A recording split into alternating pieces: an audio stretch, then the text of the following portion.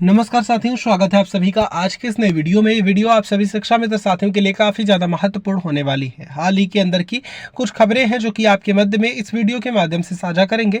Recent की ही कुछ चर्चाएं हैं, उन चर्चाओं को भी आपके मध्य में साझा करेंगे। सभी साथी वीडियो को पूरा देखें। चैनल को अभी तक आपने सब्सक्राइब नहीं किया है, सब्सक्राइब भी कर लें। अब चलते हैं अपडेट पर। जमा पूंजी तो थी हमारे पास, तो एक महीना बीतने के बाद जमा पूंजी भी नहीं मिलती है कि हम एक दिन अपना स्कूल नागा करके कहीं धरने पर जा सके। एक दिन से दोबारा धरना जाने के लिए भी आदमी को सोचना पड़ता है कि चले जाएंगे तो जो 250-300 रुपए मिल रहा है वो भी हमारा कट जाएगा। तो हमको कहीं से किसी, तो ये सबसे बड़ा जो मुद्दा हो जाता है। तो इस मन से हम ये कहना चाहते हैं, जो आप कम से कम हमको दे रहे हैं, भीख के तरह दे रहे हैं, जो हमारी मजदूरी ले रहे हैं, कम से कम वो तो आप समय से दे दीजिए। आपको अपना काम तो हर चीज समय से चाहिए, लेकिन जो हमारी मजदूरी है, एक राजगीर भी होता है तो दिन भर काम करता है, शाम को उसके हाथ में उसकी मजदूरी होती है। और हमारी मजदूरी का तो कोई अता पता ही नहीं है, कहां से आए जोश, कैसे आए जोश। जब हमारा पेट, एक कहावत हुई सुनी होगी आपने, भूखे पेट भजन न होई। जब हमारा पेट ही खाली है तो कहां से आवाज निकलेगी। और ये सरकार की चाल है। उस दिन हम लोग गए थे, 3 महीने की हमको सैलरी नहीं मिली, इतना हमने वहां कहा, चिल्लाया। उस दिन वहां से बजट जारी हुआ। आज 4 दिन बीतने को आया, अब कहा जा रहा है सर्वर की प्रॉब्लम है, इसकी दिक्कत है, उसकी दिक्कत है। बताइए जी। चलिए, सर्वर ठीक हो जाएगा, वेतन भी मिलेगा, मानदेय भी मिलेगा, लेकिन ठीक है, भूखे भजन हो गोपाला, जे लो अपनी कंठी माला। लेकिन आपके बगल में तो काशी कॉरिडोर बन गया, वहां पहुंचिए, वहां भजन करिए। आपके बगल में अयोध्या बन रहा है, वहां पहुंचिए। रोजगार की क्या जरूरत है, सब मिल जाएगा। पहले देश को हिंदू राष्ट्र बनाओ। देश, मैं फिर कह रहा हूं कि आपको सवाल करना पड़ेगा। मुझे रोजगार चाहिए, मुझे रोजगार परक सरकार चाहिए।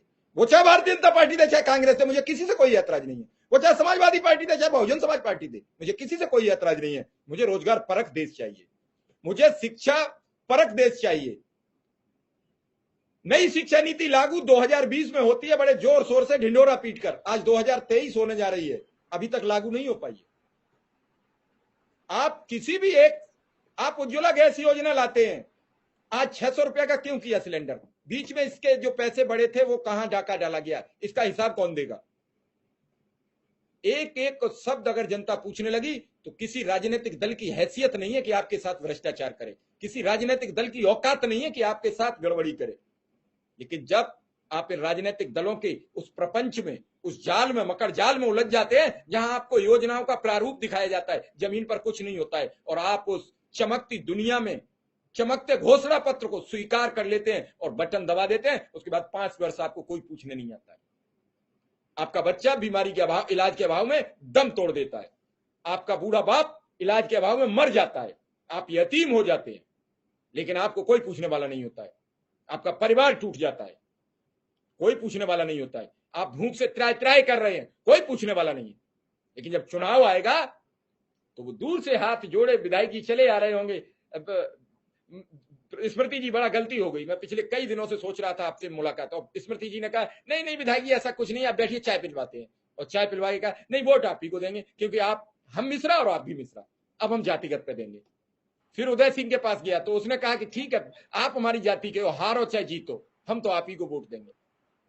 सारे सिस्टम से निकल के आइए, लोगों से सामसायिक सवाल करिए, और जब समसायिक सवाल आप करते हैं, इस तरीके की हिसाब किताब पूछते हैं, तो फिर बही खाता लेके विधायकों को आना पड़ेगा, जिसमें उन्हें बताना पड़ेगा कि 5 वर्ष में क्या किया है।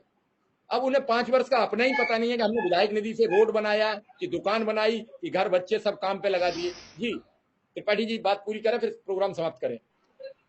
शिव कुमार जी, मैं केवल एक इतना कहना चाहता था, स्मृति जी ने जो कहा वो सही है कि भाई पैसे नहीं है, बहुत समस्याएं हैं।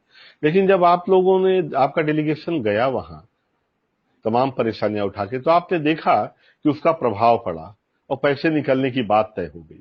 ठीक है, तो आपने देखा, उसका असर भी देखा। तो जितनी भी क्रांति, जितने भी आंदोलन, जितने भी सफल हुए हैं, भूख, पक्षपात, गरीबी से ही उठे हैं।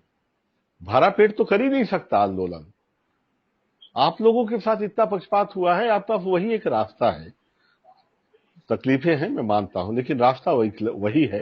अब कैसे करेंगे वो आप लोग तय करेंगे, एकजुटता के साथ करें। हम लोग आपके साथ हैं, हमेशा साथ हैं, साथ रहेंगे, बस।